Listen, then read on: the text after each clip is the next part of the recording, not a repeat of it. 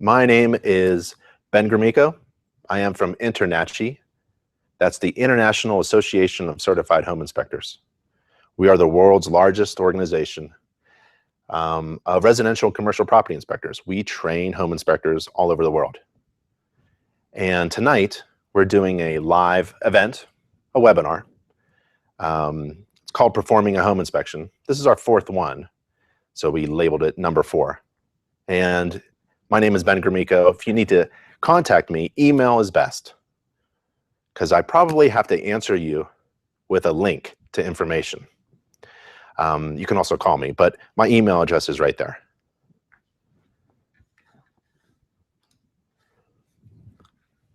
So during these webinars, a lot of people ask, what software should I use as a home inspector? Well, we have some recommendations on which software is a great choice to use during your inspections.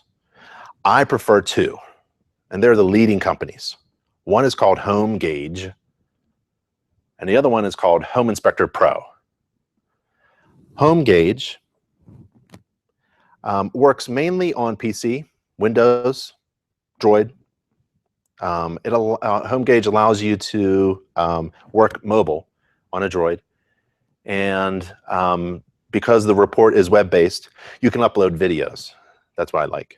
Home Inspector Pro is compatible with both PC and Mac and mobile devices, and I believe they can do video as well.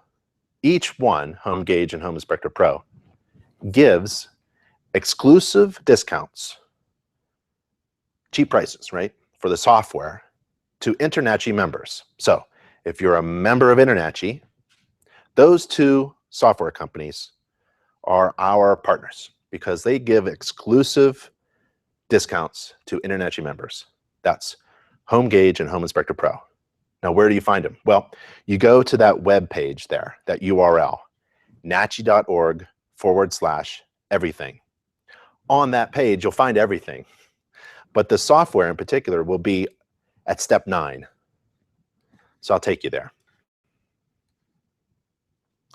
So there's the page, nachi.org/everything. Everything you need all in one place. So if you want to be a successful home inspector, operating, running a profitable business, you go through this step-by-step checklist, and it's on this page, nachi.org/everything. The first step is to join INTERNACHI. Once you join INTERNACHI, a whole world of opportunity opens up for you. As a non-member, you're really on your own, but INTERNACHI provides everything you need and everything you could possibly think of to be a successful home inspector. And so we developed this one page where we try to put everything that you might need to be a successful home inspector on this page here. First step is to join. Second step is to get trained and certified. All of our courses are online, and we have more than 30 certifications from which to choose. All the online training is free and no additional cost to members, and all the certifications are free, no additional cost to members. Step 3, you work on your branding and marketing. You want your phone to ring. Step 4, you take INTERNACHI's free online home inspection business course. Most home inspectors are really good at the technical aspects of performing a home inspection, but they blow it. They're weak in actually running a successful home inspection business. So take our business course. You're actually a business owner who just happens to do home inspections. That's how you should think of yourself. Every member has a members only login account, right? You log into your free online account, and through that portal, you access all of the tools that are just for members. So if you keep scrolling down, you get to step 9, and there's a link here for report software. And that report software link goes to our e-commerce partner, Inspector Outlet. And if you haven't been to Inspector Outlet, you really should, because you can get a lot of the high-end stuff there, as well as the basic tools. High-end things like inspection software, inspection report software, and the spectroscope tools, and moisture meters, but also you can download PDFs of our textbooks and our home maintenance book and things like that. So visit Inspector Outlet. Back to our slide. So go to nachi.org/everything. Continuing education credits. Every member has a free online account of InterNACHI, and you can add a continuing education credit for attending tonight's free live webinar. And you go to that URL, nachi.org/account, and you simply add credits to your online account. Within your account, there are member-only tools that you use. And then again, step-by-step checklist for running a successful home inspection business is at nachi.org/everything. You can go there.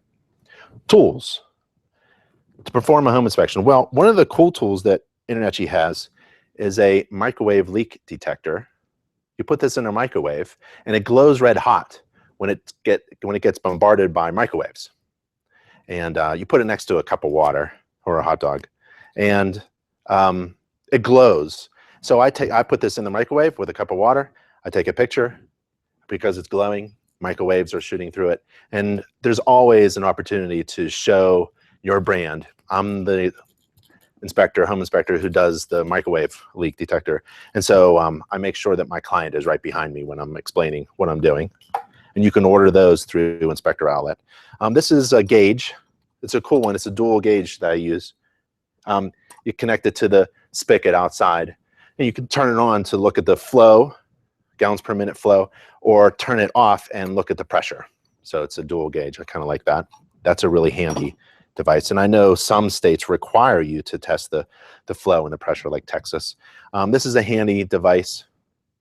It's a screwdriver, obviously, flathead and Phillips, right, and small. But also, and it flips around.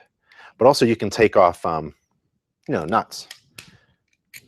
It's like a 1/4 inch. So I would use this to open up the jacket on a boiler to look at the seams of the cast iron, or I would open up to look at the coil, the A coil of an interior evaporator unit, to look at the fins to see if they're clean or not.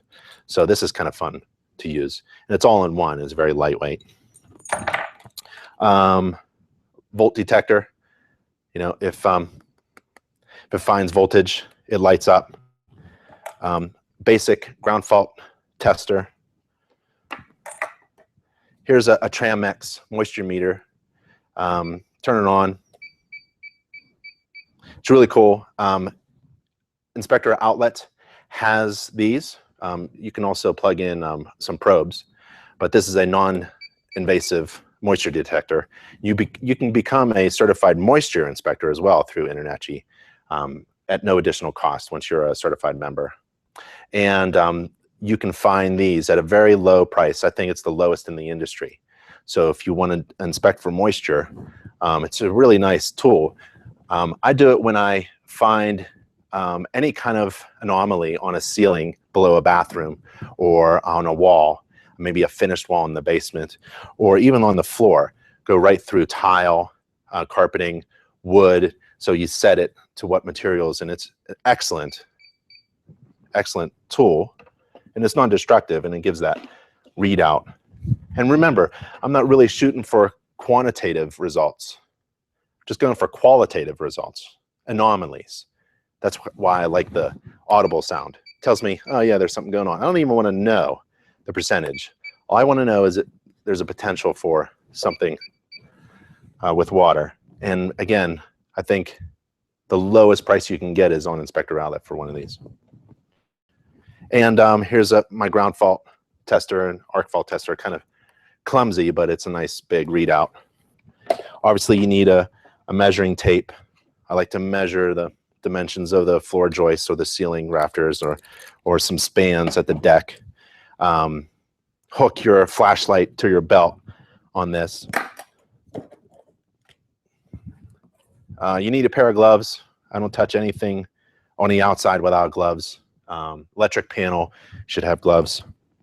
I'm not talking high voltage stuff, just some kind of rubber in between you and everything else. Another moisture meter with probes. There's a protometer. And my latest favorite tool is an attachment that goes on my iPhone. And this is an infrared camera. And if you've subscribed to our channel or been around InterNACHI's Google page or YouTube, you'll see some training videos with this, some demonstration videos. This is actually an infrared camera built by FLIR. It was $350. And this is probably going to change the industry. In 5 years, everybody will have infrared at their fingertips. And you can become infrared certified through InterNACHI as well. Those are some of the cool tools that I have at my disposal, but you need a flashlight, knee pads, crawl gear with a K. Makes a really great tool to move through low underfloor crawl spaces. And the other tool that you may not think is a tool, but I do, is a shirt. You can get this from Inspector Outlet. It's an InterNACHI shirt. A lot of inspectors put their name, business name, on the back of the shirt. But I don't. See, I came from Philly, and if you go to a property early and someone doesn't know who you are or identifies you, it could be some serious consequences. You can't just be walking around someone's property and not identify yourself. So on the back of our inspectors, we had this to make sure that everyone knew that we're an inspector. And usually they give pause and consideration, and they just assume you must be doing something instead of some stranger wearing a dark uniform with a flashlight walking around. So I want to identify myself because I typically, my brand of business is to get there early. Where I come from, if you show up on time, you're late. So you got to get there early. So actually, this is probably one of the most affordable and important tools you can have. And this is from Inspector Outlet as well. Inspector Outlet, one word, .com. To perform a home inspection, you got to perform it to a standards of practice. So NACHI's standards of practice is at nachi.org SOP. You really should go there because it's a live document. That means it changes according to industry changes.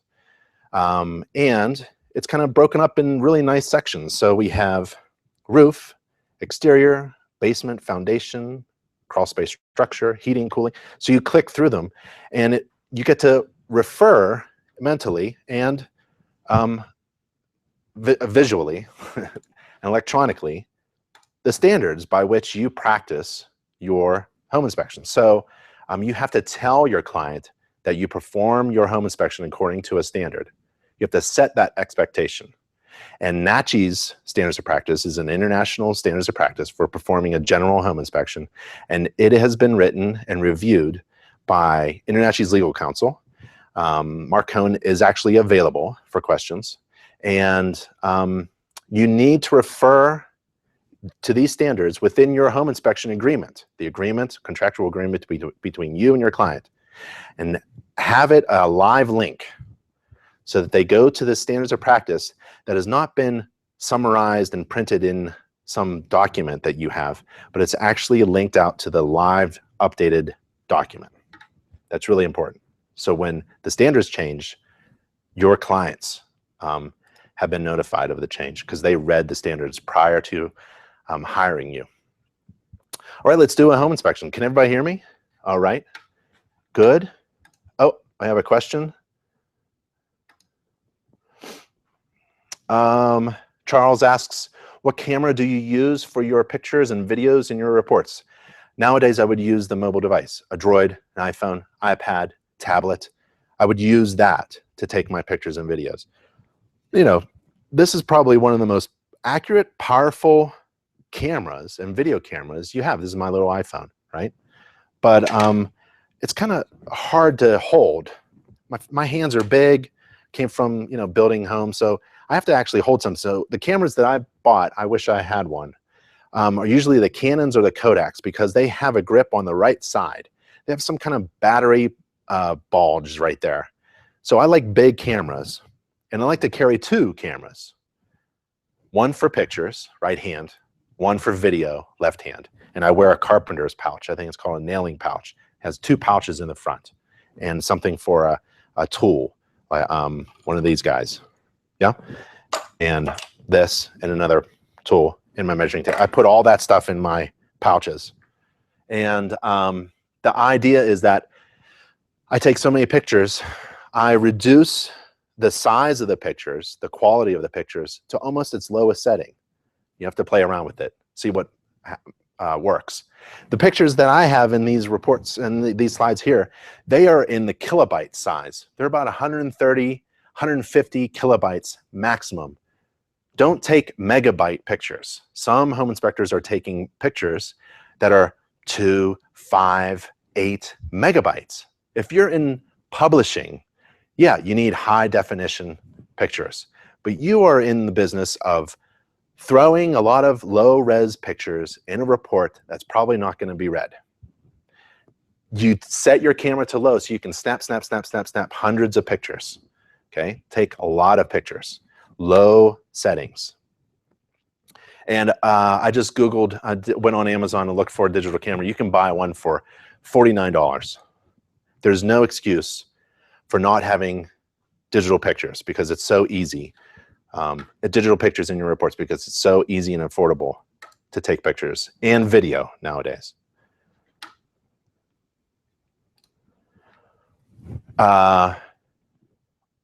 Artur, I hope I didn't mess that name up. Artur asks, should I get a camera for pictures or iPhone is enough? Right, so it's the same thing. I find this kind of bulky, but it takes fantastic pictures and it's very easy to use, especially with the infrared attachment. And but I like the big bulky cameras. You know, I don't know how many cameras I've dropped because they were just too small. So I need something in my hand. Awesome. Okay. So let's do an inspection on a very small townhouse, right? And this is in Pennsylvania, near Philly. So it's cold climate, northern, eastern state. And I get up on the roof. Yep. So I exceed the standards of practice. I exceed the standards of practice for all of my clients. If I can get up on the roof, I get up on the roof. I carry a 40-foot aluminum ladder, 28-foot fiberglass ladder, 12-foot aluminum ladder, step ladders, crawl gear, from the very top to the very bottom. Because I came from building homes and installing roofs. I have been trained to walk on roofs, right? So I'm very comfortable. If you are not comfortable, you do not have to get up on any roof. According to the standards, you do not have to walk on any roof, even if it's flat. You don't have to do it.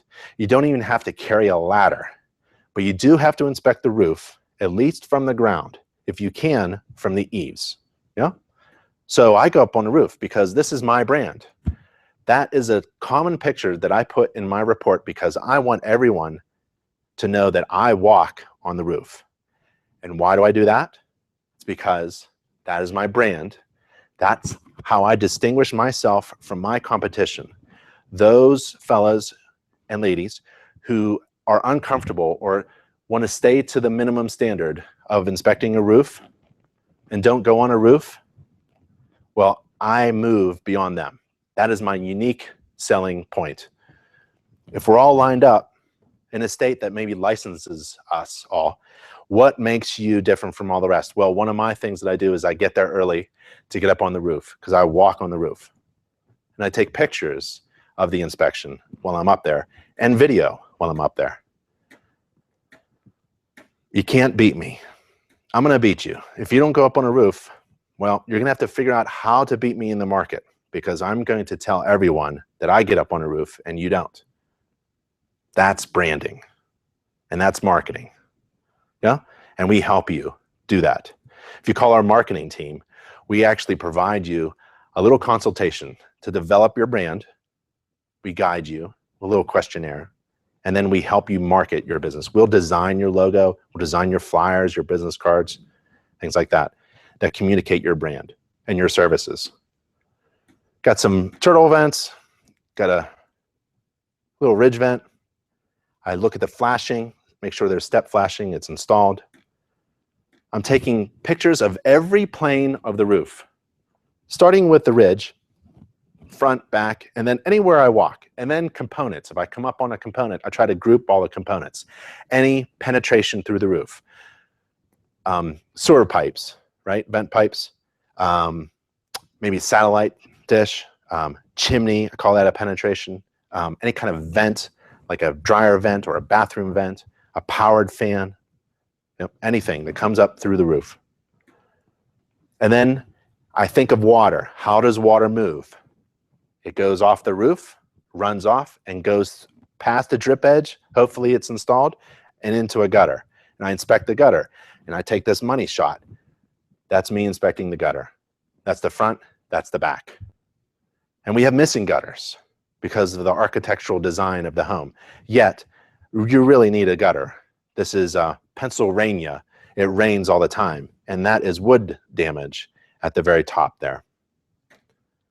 And there's some soffit vents. So I know I've got soffit vents when I go up in the attic. I have to remember soffit vents at the eaves. I have a ridge vent and some passive vents on the top. And then as I'm moving down to the lower levels, maybe the front porch roof or the back porch roof, I'm looking at the siding now. But I start on the roof.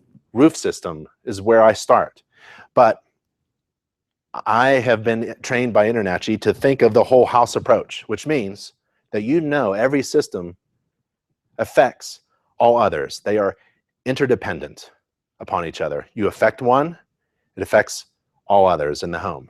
So as I'm moving through the exterior, coming down, thinking of water, I'm going from the roof and I'm thinking siding as well. So I'm looking at the siding windows, maybe the second floor windows that I can't see from the ground surface.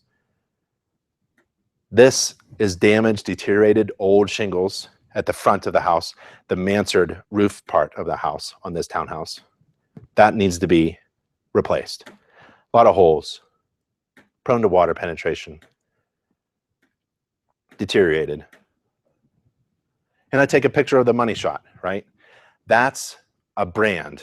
That's me. I actually repositioned my ladder just for this shot. If you are going up on a ladder, you understand that the top rungs need to be 3 foot high and it needs to be sloped properly and tied off on the top. But this was just for a photo that I could use in my inspection reports and in my marketing. I get up on roofs. And then I think of downspouts and grading.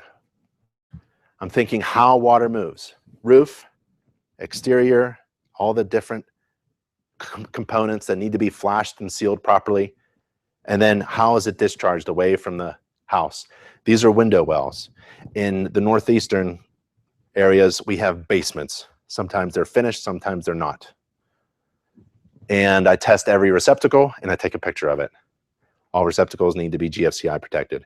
I take a look at the front door. I inspect all the doors, all the steps, stoops, sidewalks, ramps, handrails, doors. Here's some concrete steps without a handrail. I call that out. That bottom one has been sloped. They're all slightly sloped. This one is significantly sloped. It's really a trip hazard. Then I test all the water faucets. I'm thinking of components of the exterior, not just the exterior siding, but components within the exterior. And when there's a component, there's usually a penetration. So I'm looking for signs of water intrusion as well through that area. Could be electric lines or water lines commonly. And this is a frost. This is not a frost-free hose bib. So in northern climates, all water spigots, hose bibs on the outside need to be frost-proof. You turn the outside valve, and there's a stem that goes and turns off the water on the inside of the house where it's warm, and then it drains out, and it doesn't freeze and burst. Water meter. Some settlement cracks. I'm not very concerned about it. It's at the corner. And then I take a look at the parking. So I'm all the way out where you park, and I'm inspecting back and forth, making sure everything's graded away, making sure the walks are right. All the walks, especially if they're hard surface walks, need to be sloped away slightly. And all the steps need to be safe. And then I take big pictures. So I take big pictures of a system, and you'll see I head towards components of that system. And the component on the backside are the gutters. So the straps on the gutters are loose. I didn't do it. That one's missing. That one's damaged. Minor things, really, but they need to be fixed. This downspout is discharging a ton of water, 1,000 gallons in a heavy rainstorm in Pennsylvania, right next to the house foundation. And I know that we have a basement. So I'm thinking water penetration. All downspouts need to be diverting water away from the house. Here's the grading, somewhat flat. Bilco doors, steel doors that you open up from the outside and it leads you down into the basement. They need to be watertight and in good shape. Sometimes there's rust. There's the clean out and vents, house trap. That's a post. So I use my inspection tool that I mentioned earlier, pull it out, and it's now my probe, right, for water damage at the bottom of the post. And I take pictures as well. My hand's usually in every picture to give it scale, because I'm trying to communicate to typically first-time home buyers, and they have no idea about anything. So I want my reports to be clearly understood, easy to read, clear to understand. So a lot of pictures of just about everything that I inspect and touch. I take a picture of it. Dryer vent, obviously, problem. Storm door retractor missing. Small component. A light fixture cover is missing of some kind. No one's going to get me. I'm going to take a picture of everything of the house. And I give my clients all the pictures and all the videos that I take. I take pictures of everything and I give everything to my clients. And I make sure that my competition knows that.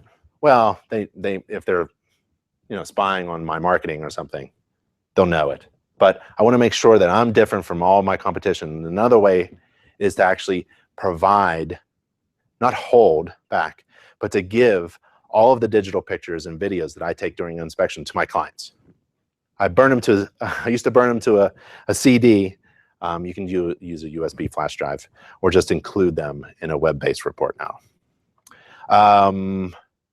Electric meter, make sure it's attached to the house well, no damage.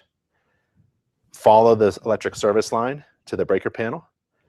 And the sheath on this house is damaged. It's old, it's probably 20, 30 years old. And the outer protective coating sheath is damaged. This is an electrical hazard. And it also is a water entry point. So water tends to find this line and go into the basement, travel through that exterior envelope, right? And go into maybe the electrical panel. And you can see I'm following how water flows. I went from meter to line to penetration through the wall. I'm down to the ground now. This is the grounding wire from the panel to the rod. Heat pump. So I'm on the exterior, but now I have to inspect different systems. I do this easily with mobile software devices, like a Droid or an iPad. And if you buy the right software, like Home Gauge or Home Inspector Pro from Inspector Outlet with an exclusive discount for International members, you should be writing as you go. That's the one way. I've been around the country. I've talked to all of the inspectors. That's one way that people increase their efficiency and their quality of the inspection, and they reduce the time that it takes. So it seems to be the way to do it.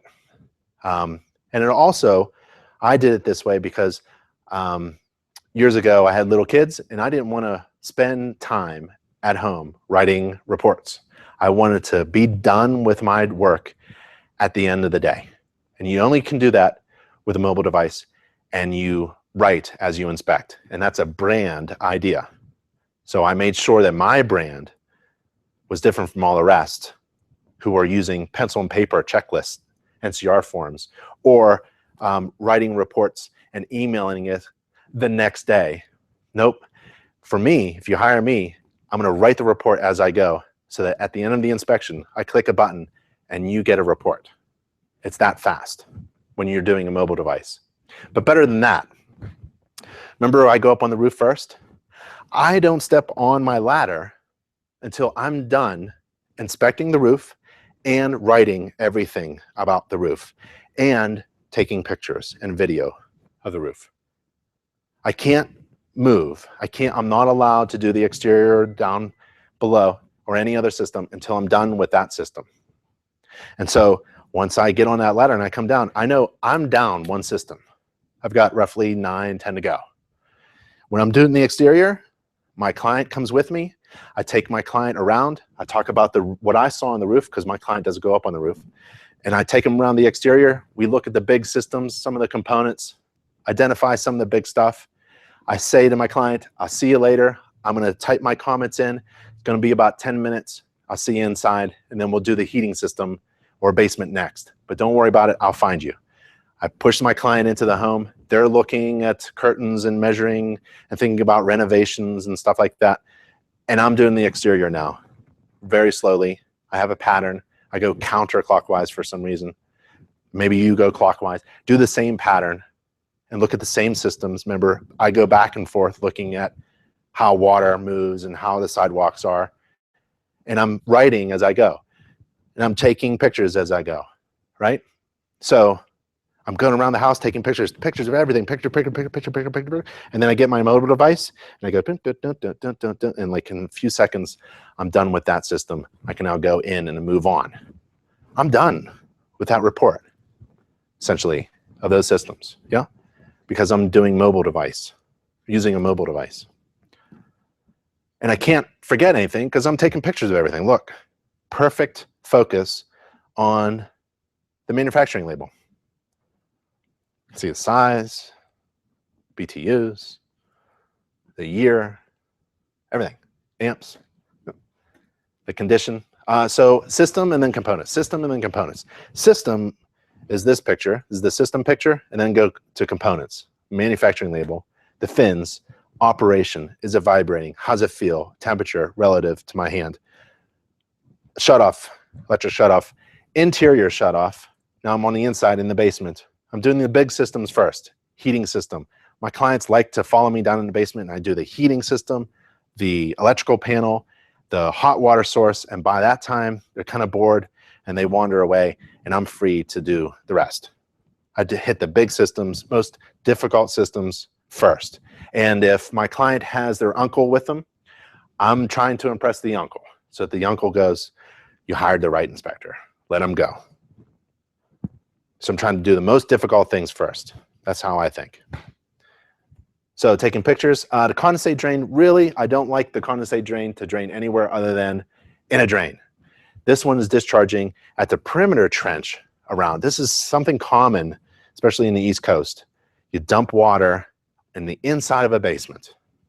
It's incredible what builders get away with. There's rust on the bottom of this heat pump. It's a newer heat pump, you could tell. But the filter has not been changed. That's the manufacturing filter that was installed when it was installed new as a new heat pump. So that needs to be replaced. It has no efficiency at all. So there's an indoor air quality problem. It's clogged, so now your heating, cooling costs are going up. And it's not performing very well because the inefficient, dirty, clogged air filter. So the second floor bedrooms probably aren't getting the supplied air that they are designed to get. So this one filter, this one component affects many different systems, including indoor air quality and comfort.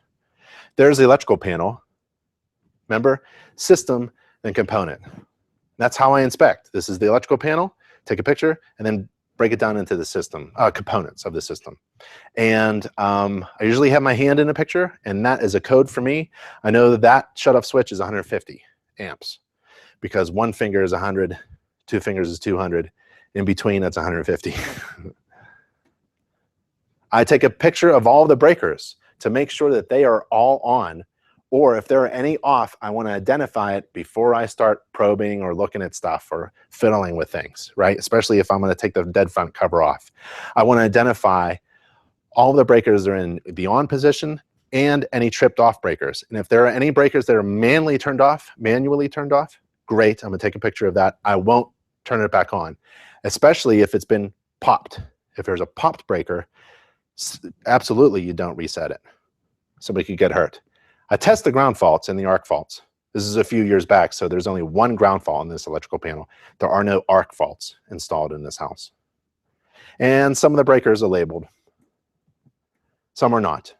Some newer wiring down in the basement. This basement was partially finished, so there's a new wire I can see installed. So that gives me pause. I wonder what they did with this new wire. And they simply double tapped it right at that breaker. So now you have two 15 amp circuits going into 14 gauge wires going into a 15 amp circuit. To finish the basement, they just stuck it in there into the 15 amp breaker. And it's for a bedroom. So it's labeled bedroom, but it's actually, they stuck the basement circuit in there because they're trying to finish the basement. So I identified that. Just looking for anything that I don't like. Really don't like the neutral and grounding wires connected under the same nut, but that's okay. Move on. Looking for anything, really. I did find water, though. See the water drops? That's probably coming from that deteriorated sheath on the outside. And hot water source. But we do have questions.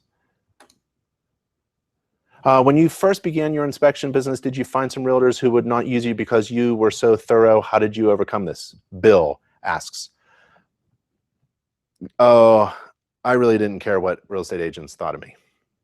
All I cared about was my client, because they are the ones with the money. And so I sometimes had to fire real estate agents because they were so, they wanted to control the situation. So very few real estate agents push home inspectors to the point of breaking, right? Where there's a really hard conflict. You just have to realize that a real estate agent is a professional, licensed professional, and they have one goal in mind: to take care of their client. And sometimes that comes out wrong. And so as a professional, some of you are licensed, half of you are licensed. You're another professional. And you have to deal with other professionals in this industry. And you have to explain what your goal is to the real estate agent or the person who's giving you problems. The least thing you want to do, the absolute worst thing you want to do, is compromise your integrity and do something that you typically don't do, but on this special occasion, because somebody asked you to, you're going to fudge a little bit or get soft. I never held back any punches. I threw as hard as I could. I love to find defects. And I pitched it in a way that was acceptable, negotiable, easily entreated, easily understood. I said it with a smile. I don't care what I found in the house. I said it with a smile. And just about anything could be fixed within reason. Sometimes the material defects that I find are somewhat large. Those happen on old homes. Typically, on average, there's nothing really that I could say that would kill the deal. That's the phrase, right? You're going to kill the deal. There's really nothing. I don't think I've ever actually had killed a deal, even though I was totally thorough. I never held back. So there's really no risk involved. Be as hard as you can, be as thorough as you want, be as detailed as you want. Your client is going to value that. Your potential clients are going to value that. And eventually, you'll win over the body of real estate agent professionals that you want to work with. The agents that I worked with understood what I was doing. I would pull them aside and explain what I'm doing. I'm being very thorough here. I'm not one of your patty cake inspectors. So you may not want to hire me or recommend me. That would be great. You know, if somebody doesn't want to deal with me, I want to know that so that we don't come in contact with each other. I want to find people who are interested in my services the way I do them.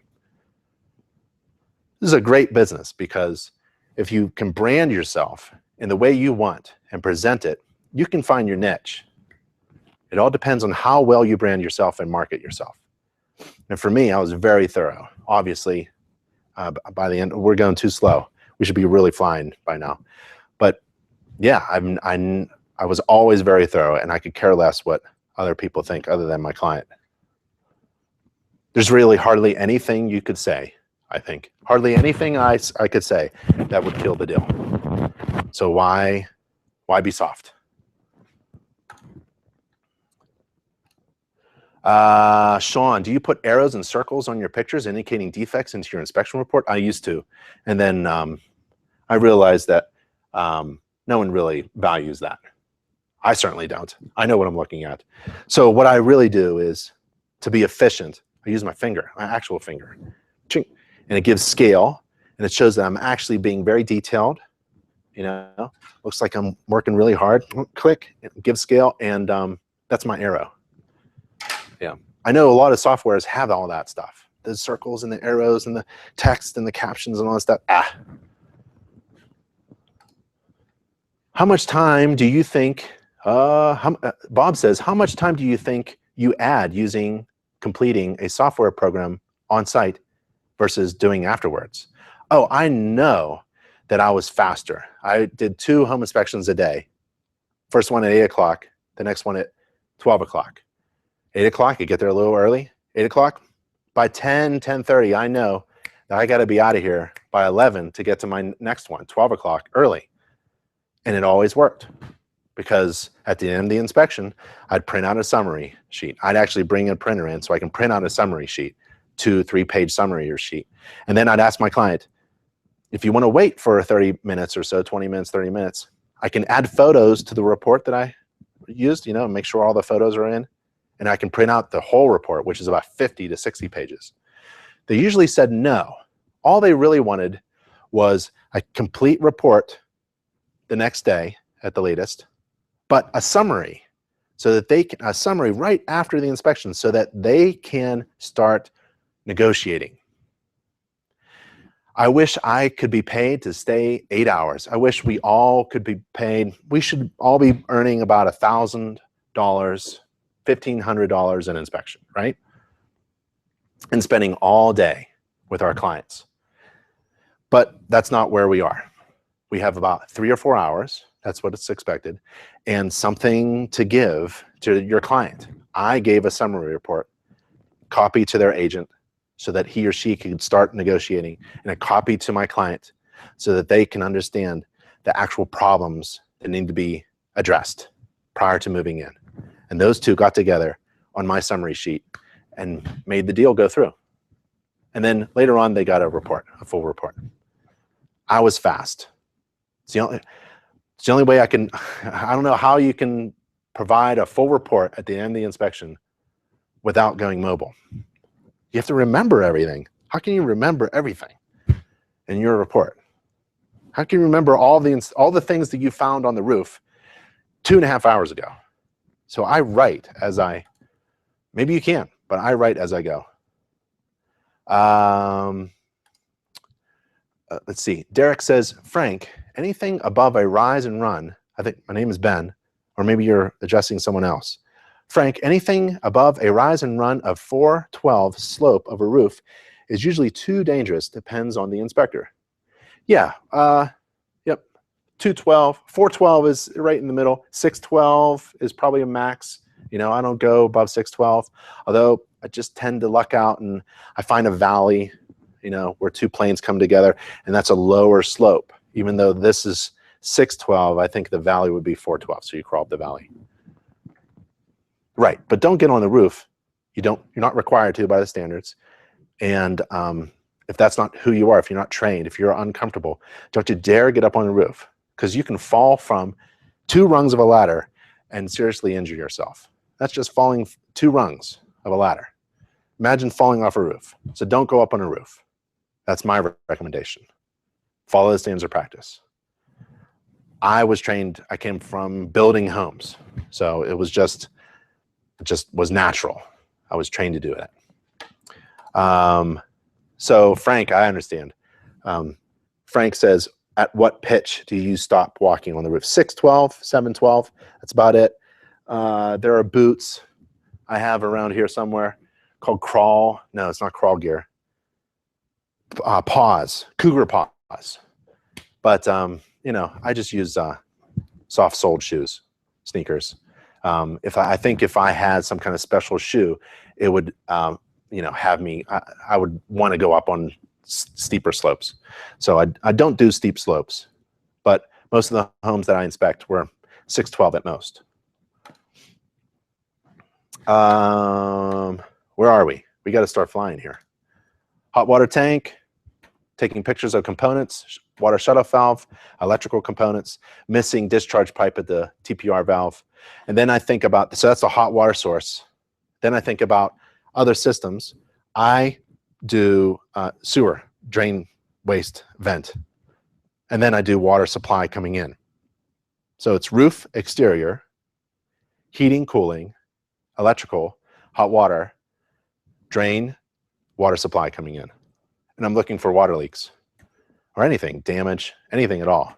While I'm looking at the vent pipes, sewer pipes, as a clean out right there, and that's the water coming in, I'm looking at other things as well, other components and systems that are interdependent with the water lines.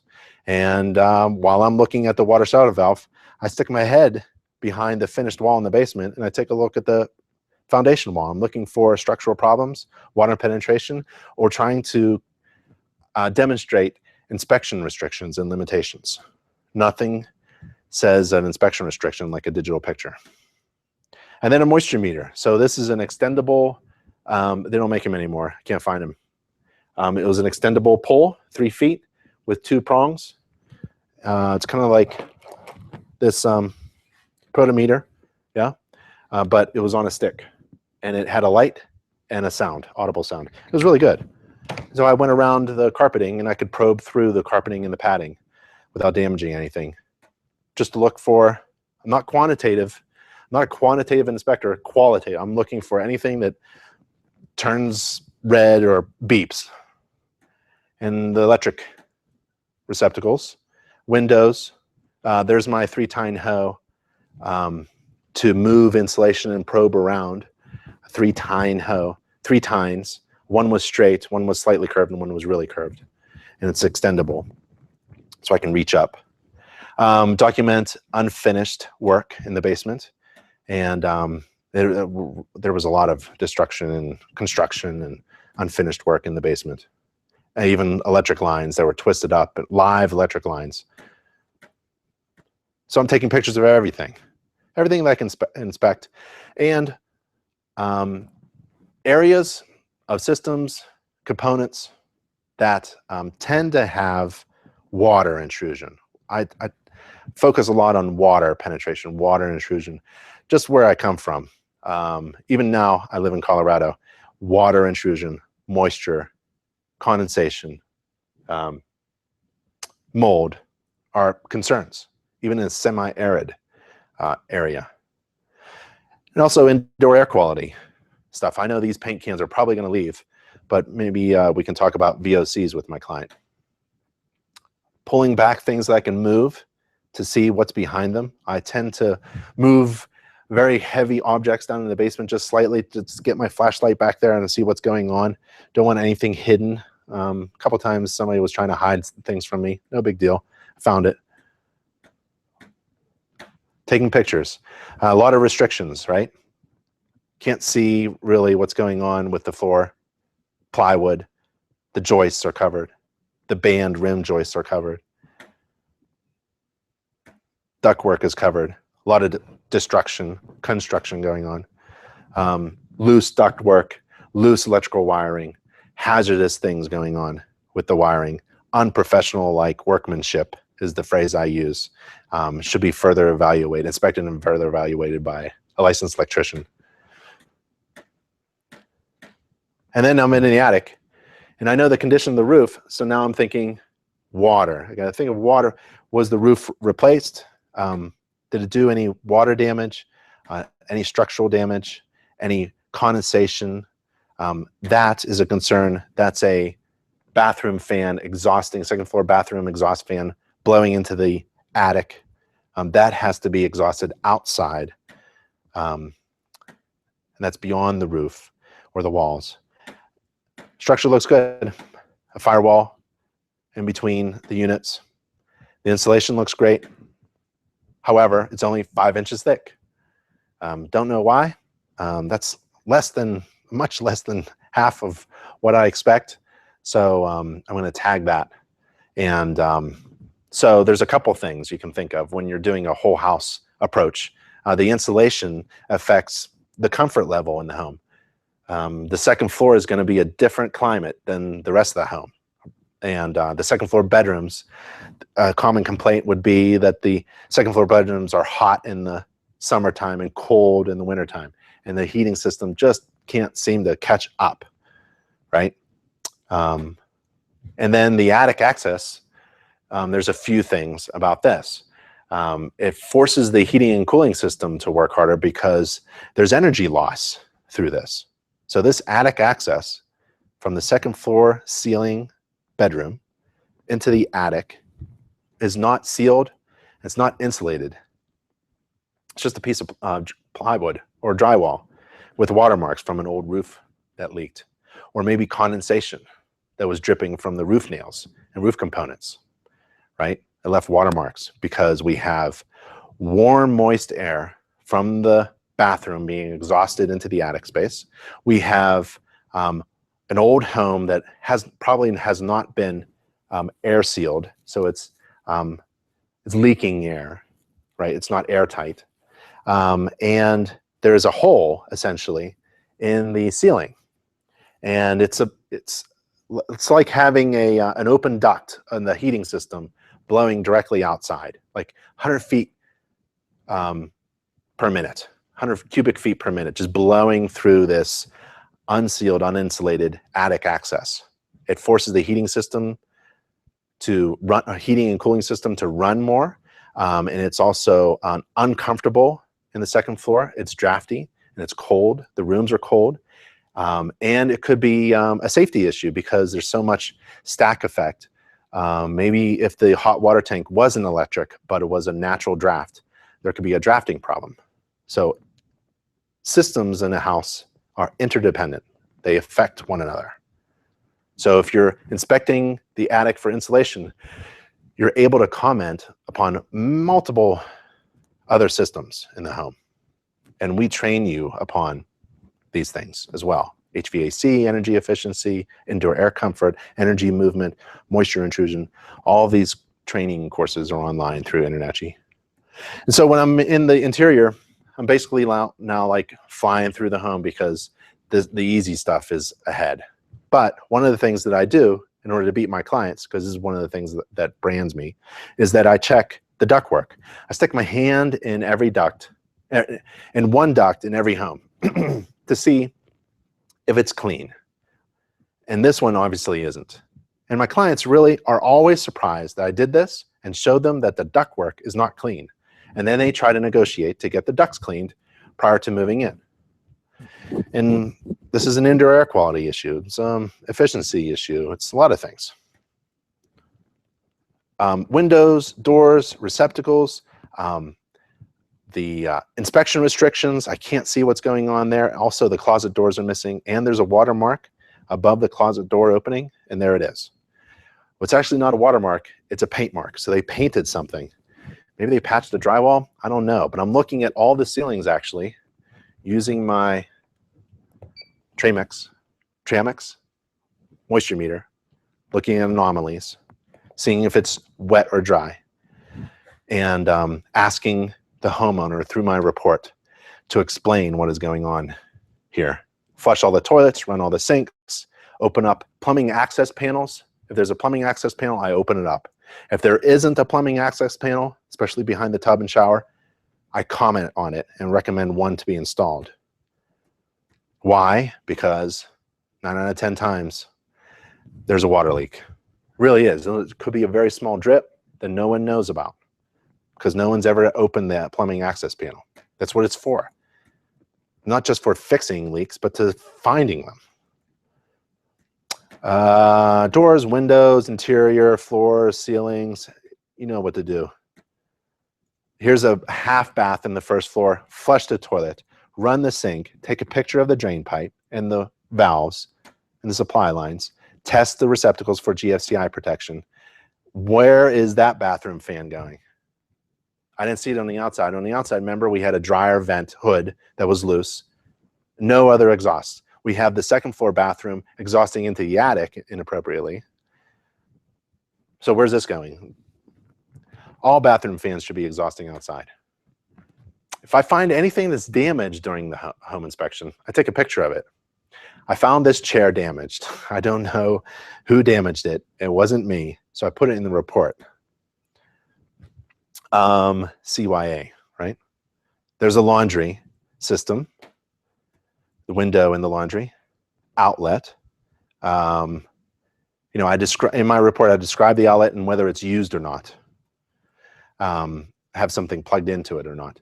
And then there's the water at the laundry tub. And there's actually a leak at the drain pipe of the tub, at the trap that I don't like. Water lines, missing GFCI.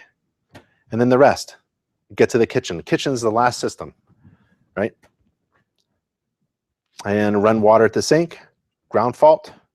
I mean, looking for ground faults, but this is the sink aerator. And I want a clamp at the bottom where the electric line comes in contact with the motor of the garbage disposal unit. And all the receptacles need to be GFCI protected, and they are not in this house. I run a short cycle at the dishwasher. I open it up, look for damage, pull out the things, the sliders, the trays, and then I turn on the heating elements. It's nice when I get all 4 burners to glow for the picture. I stick my hand in the oven, test that. Nothing quantitative. I'm not taking measurements. In Pennsylvania, it's not required. And this microwave hood is venting, circulating into the bathroom, into the kitchen. And it really should be exhausting outside. And there's the microwave detector. You can get that from Inspector Outlet. It glows red hot, not temperature-wise, just glows when it gets hit by microwaves. And there's that ceiling below the second floor bathroom. Remember the plumbing access panel? You pulled it off and it was leaking. Well, I get my infrared camera out and just to confirm that it's, I don't want to probe anything and put 2 holes in the ceiling. So I take my infrared camera out and take a picture of it. Nowadays, I would use my infrared camera from FLIR that goes on my iPhone, slip the iPhone on, and it's an infrared camera. And that's the picture. Any questions? Those are the pictures. We can go through the report next. Here's a question from Andrew. Do you always go from the basement to the attic? Yeah, and I think that's climate specific, where you're from, depending on the homes that you inspect. So for me, in Pennsylvania, most homes had basements. All of them probably did. And they could have a crawl space in addition to a basement. So what I do is my procedure of doing a home inspection is the same for every home that I'm inspecting, even if it's a mobile home or a big commercial building. Roof first, most dangerous and most fun. And you do that prior to my client showing up. So I get there early and I get up on the roof and I do my inspections. I'm taking pictures, I'm taking videos, I'm writing my report. And just about that time, my client pulls up in the driveway, looks up, sees me already inspecting. I wave down at them and I want them to know that they've hired the right inspector. That's my brand. I get up on the roof. I inspect roofs by walking on them, by getting really close to every system component on the roof. I do that first. And then I greet the first impression that my client actually gets is seeing me up on the roof. And I come down and I shake their hand, give them a business card, and we do the exterior, and then I bring them in. The next thing that's most important to my client, for me, is the tough stuff that I have to explain. I have to explain the heating system. And in northern climates, Northeast, we had things like boilers, which had oil for fuel, and it rumbled, and there's fire and flames. Amazing big stuff. So That's the stuff I want to teach my client. I want my client with me for the big stuff. So I want to do the heating and cooling system. And I just want to explain the roof, explain the exterior, maybe show them a couple things on the outside, and then get to the heating and cooling system. And then the electrical system, I tell them to stand back. I don't want anybody near me when I'm doing the electrical system, but I'll show them the breakers. And then the hot water source, wherever that is, whatever system that is. And then the sewer lines going out, water supply line coming in, maybe the shutoff valve, main water shutoff valve. Everybody asks that. Most home buyers don't know what to ask. So you kind of have to tell them the important stuff so that they feel comfortable in asking questions, silly questions, but good ones, right? I even give out a list of questions to ask your home inspector so that they can come with questions to ask. Where is the main water shutoff valve? They don't even know what that is. I'm going to show them what that is and where it is. By that time, I'm in the basement doing the big systems. By that time, they're basically done. They're overwhelmed, you know, and they've had enough information. And they understand that they've hired the right inspector. And I'll see you later up in the living room or the bedroom, and I'll find you. If I see something wrong, I'll definitely come and find you and I'll show it to you. But I'll see you in a moment. And they'll go upstairs and they'll do their measurements and things like that.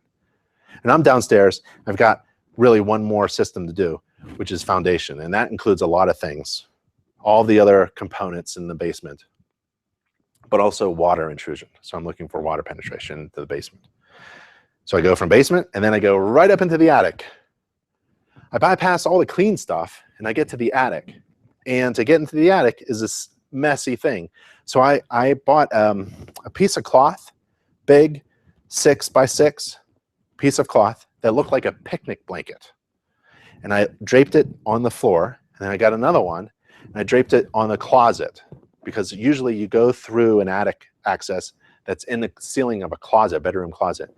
So if there's anything that's falling down from the attic, I have my clean picnic blankets catching them, you know? So it's a consideration for others. So I go up in the attic. No one follows me up there. I'm going up in there and I'm doing my inspections just like I did in our review here. And then I come down and I tell them what I find in the attic space. And then it's easy stuff. It's easier from there on. I can see where I'm at, you know, in my systems. I got bathrooms, interior, kitchen, attached garage. Done. Yeah? So I always do the same pattern. So Brian asks, when you inspect, do you use system by system or room by room? Right. I don't know how Home Inspector Pro has it set up, but Home Gauge, I think you have an option of doing system by system in your categories in your report, or room by room. Mine's really a combination, as you can tell, right? I did roof system, exterior system, and then I went down in a basement. That's kind of like a room, but I did the systems down there, system. I don't care where the heater actually is. It could be in the attic. So I want the heating system. But then I go into the attic. I guess that would be a room or a system. I'm not sure, but that's a room system. And then you go down in the interior. The interior includes a lot of rooms, but I group it under interior, right? It's all the windows, the doors, the floors, even the cabinetry that may be around in the hallway or something like that. Fixtures, receptacles, handrails, steps, all the interior stuff, and windows and doors.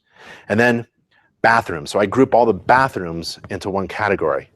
So second floor, master bath, second floor, hall bath, second floor, additional bath. Usually, you know, you don't have 4 bathrooms upstairs, but my inspections, most 3 bathrooms upstairs. Then it's first floor. There could be a first floor full bath, maybe inside a master bedroom, but it's usually a hallway, half bath, you know, but I group all the bathrooms under one category. Yeah, I guess on a lot of rooms and under one category. And then kitchen is a system or a room by itself with different components in it. The garage is a separate animal. Detached garage, carports, attached garage. That's a room, if you want to categorize it. You know, it's a system. For me, I think of systems with components inside, because that's how I inspect. And that's how I think, and that's how I think things actually function in that way. They function as systems. A bathroom is a system of components. You know, there's a lot of water, there's a lot of electricity, and there's air and moisture and condensation. Those are the things that are going on in that system. You know, so that's how I think of it. Hope that made some kind of sense. Do you, Andrew says, do you ever use an inspection camera or scope to look into ducts or drains? No. We have a video, an inspection video on sewer scopes, and they are amazing tools. And I think if I was trained on it and I had the tool, I would get into that. Maybe for older homes, looking for the lateral to the street where the front yard may have trees. I think I would love to do that. Maybe throw down one of those 360 cameras down a chimney, a masonry chimney, to look at the flue liners. But if I could, I would use my digital camera and my eyes and my flashlight to look into flue connections, maybe from the combustion appliance, the heating system, the flue connection to the chimney. I would try to, you know, maybe through the clean out. I even stuck my camera in the clean out to take a picture of the chimney, masonry chimney going up. If I'm on the roof, I take a picture of the flue going down. Even if there's a spark arrestor or a cap or a screen, I take that off. You know, 20% of the time there's a huge hole or a major problem in the flue. So I want to catch that. And I'm trained to do that, and so I can do that. What was the question? Do you ever use an inspection camera? Oh yeah, so no. So I don't do ducts or drains, but I probably would. I would have to figure out if that's part of my business model. Can I fit it into my 3-hour and home inspection and still make profit? Would I charge extra for it? Would I include it with every inspection? Would I only bring it out at certain times? I have to get paid for every service that you add on. So my core service is a home inspection, and I added on energy, and I added on my infrared, and I bumped up the price of my home inspection. I included a lot of things. Home maintenance book, I added on that. I would add on a free WDO inspection on some homes. I would package a lot of things onto my home inspection. So my base price for the absolute minimum to get me out of my living room and into someone else's home was $396 minimum. I don't care what the size is. And then we added things on. If it's a bigger home, if it's an older home, we charge more. And if there's other services, it's really your call. You have to figure out your business model. Do you want to increase the price of your home inspection and have added value, even services onto it? Or do you want to a la carte it, have a base price for your home inspection, and then for $50 more you get this, and for $100 more you get that, and you know, so it's your business plan, it's your business model. And if you don't know what a business plan is, we have a home inspection business course. And if you have trouble trying to figure out how should I price my services, that's a huge question that I get a lot. How do you price your services? Are you guessing? Did you guess? Did you look at other inspectors and say, yeah, that's about what I want to make, around there? That's inappropriate. That's not inappropriate. That's incorrect, right? There's a way to properly price your services, and it uses basic math, and it includes how much profit you want to make, right? So that is how you calculate your fees and your services, because they go together. What services do you provide for how much money you're going to make? You know, so we have a home inspection business course that helps you price your services. And when you think about pricing your services, you have to think about, well, what are my services? Maybe I can only do home inspections because I'm new and it takes me a long time. I can't really do other things because it's just too difficult for me. Maybe that's it. And your business model is dynamic. It grows as you grow in your confidence and in your services. Jean Wemail I'm not sure if I'm pronouncing that right, but do you think it's a good idea to present the report as a list of systems, rooms, and components listed by alphabetical order? No, there's no alphabetical order. That means nothing. I would, in my report would reflect how I actually inspected, because I want my client with me, and they would maybe read the report as if that was a summary. Oh, that's exactly how we inspected the home. Oh yeah, I remember going through the house that way, and they read the report that way. That's how I handle it.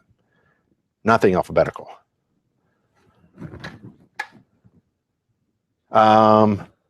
We are way past 1 hour. So what we're going to do is finish up this home inspection, and we're going to do the report.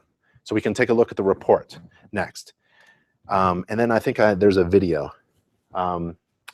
So one of the things that I used in my inspection reports to be concise are phrases, so that if I say something in my inspection report, I'm not sure if my client understands if this is good or bad, or what action they should take. So I broke it up into 3 things. One is monitoring. Monitoring recommended means a system or component needing further evaluation and close observation in order to determine if correction is needed. So I see something here, just take a look at it, watch it. Second phrase I used was improvement and repair recommended, which means this is something wrong, but a homeowner can fix it. Most homeowners on average can fix this, like a light bulb or a smoke detector or battery or something. Correction and further evaluation recommended is a phrase I used for something that is significantly deficient or at the end of its service life and needs correction, and by a professional.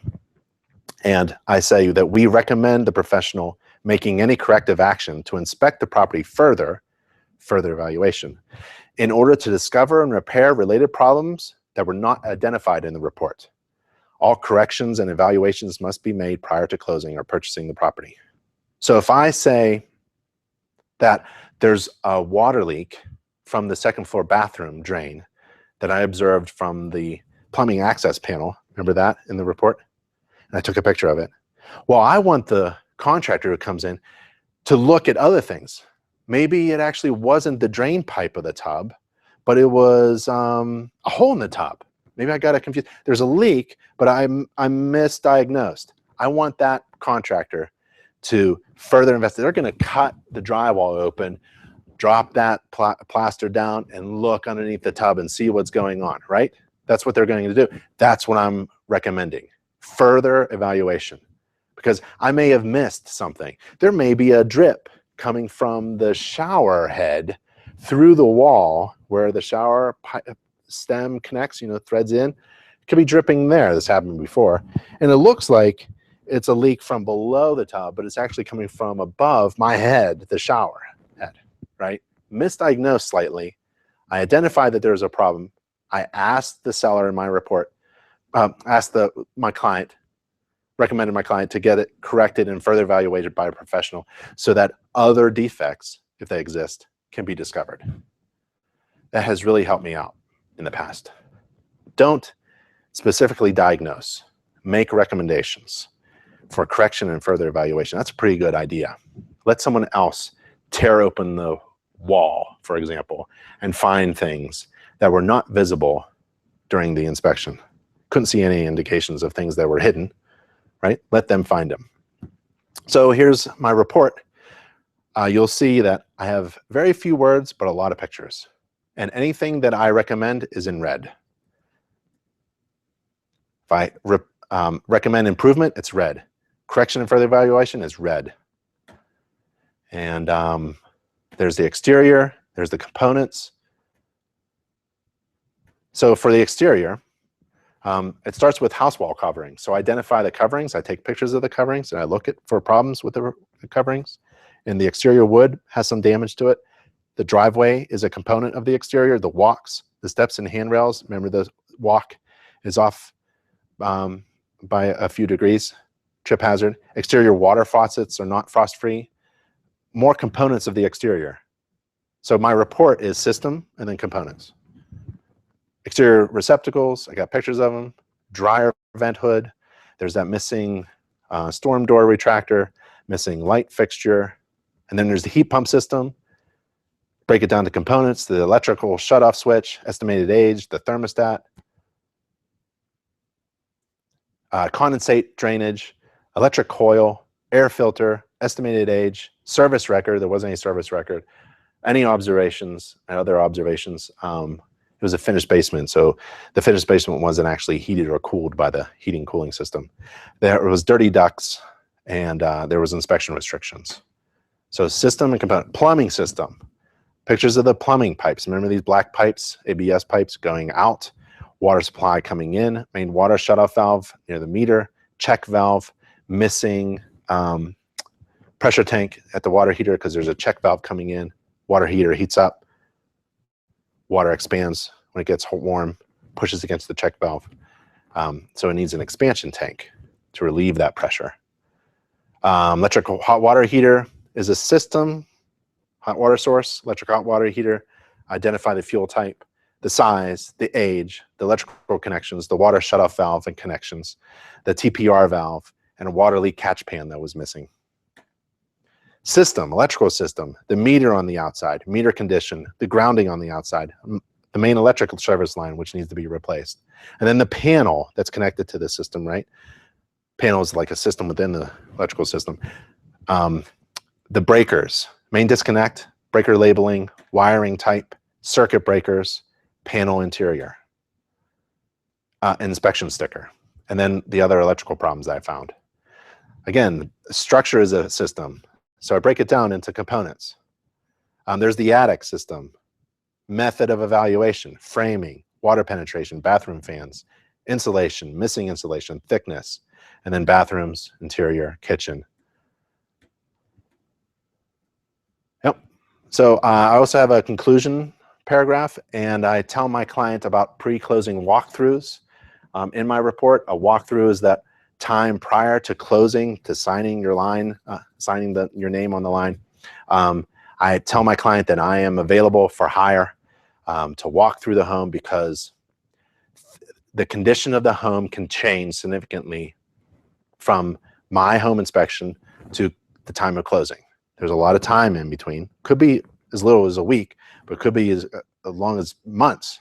And a lot of things can happen between then. And I want to tell my client, I can come around again and go through the house.